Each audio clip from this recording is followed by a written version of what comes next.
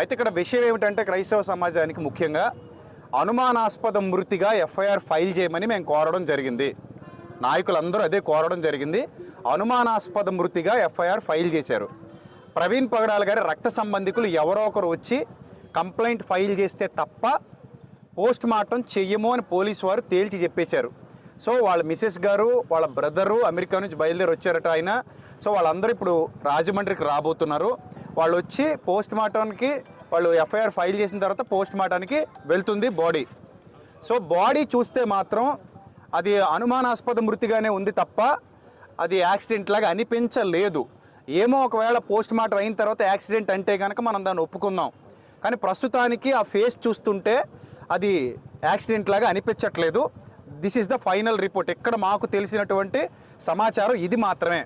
So చాలా కష్టపడి సోదరులందరూ నిరసన వ్యక్తం చేశారు. నడి రోడ్డు మీద ఎండలో కూర్చున్నారు, చాలా కష్టపడ్డారు, పోలీసు వారికి తెలియజేశారు. అలాగే ఏబిఎన్ వారు వచ్చారు, TV9 వారు వచ్చారు, RTV వారు వచ్చారు. వాళ్ళందరికి కూడా క్రైస్తవ నాయకులందరి గొంతు వినిపించడం జరిగింది. వాళ్ళు ఏ మేరకు మీడియాలో మరి క్రైస్తవ్యానికి సపోర్ట్ చేస్తారో ప్రస్తుతానికి తెలీదు. వాళ్ళు సంపూర్ణంగా చేస్తారని నేను కూడా ఆశిస్తున్నాను, మేమందరం ఆశిస్తున్నాం.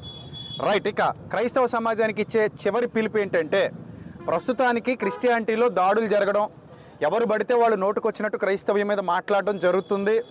సో మనందరం ఐక్యంగా ఉండాలి. ఇలాంటి సంఘటనలు పునరావృతం కాకుండా మనందరం మన ఐక్యతను చాటి చెప్పాలి.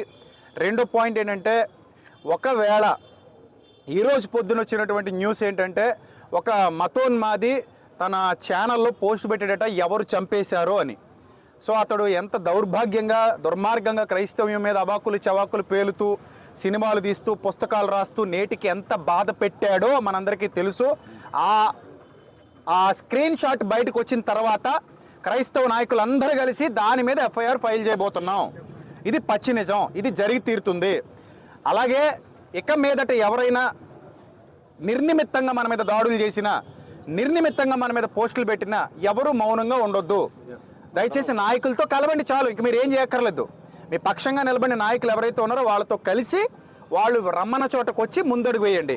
ఇక ఫైనల్గా నేను చెప్పేది ఏంటంటే, పోస్ట్ మార్టం వచ్చేసిన తర్వాత ప్రవీణ్ పగడాలన్న పోస్ట్ మార్టం నివేదిక వచ్చిన తర్వాత ఆ పోస్ట్ మార్టంలో కానీ ఒకవేళ ఇది హత్య అని తేలితే గనుక ఎవ్వడూ మౌనంగా ఇంట్లో కూర్చోవద్దు. ఏ సంఘం కూడా మౌనంగా ఇంట్లో కూర్చోవద్దు. ఖచ్చితంగా ప్రతి ఒక్క విశ్వాసి బయటకు వచ్చి మన పోరాటం ఏంటనేది అప్పుడు చేద్దాం. సో అంతవరకు మౌనంగా, వినమ్రంగా, విధేయతగా ఉండండి. పోలీసు వారు చెప్పినట్టే వినండి. దయచేసి ఇక ఏం చేయొద్దు, ఎవరింటికి వాళ్ళు వెళ్ళిపోదాం. నాయకులతో ఇంటరాక్ట్ అయి ఉండండి.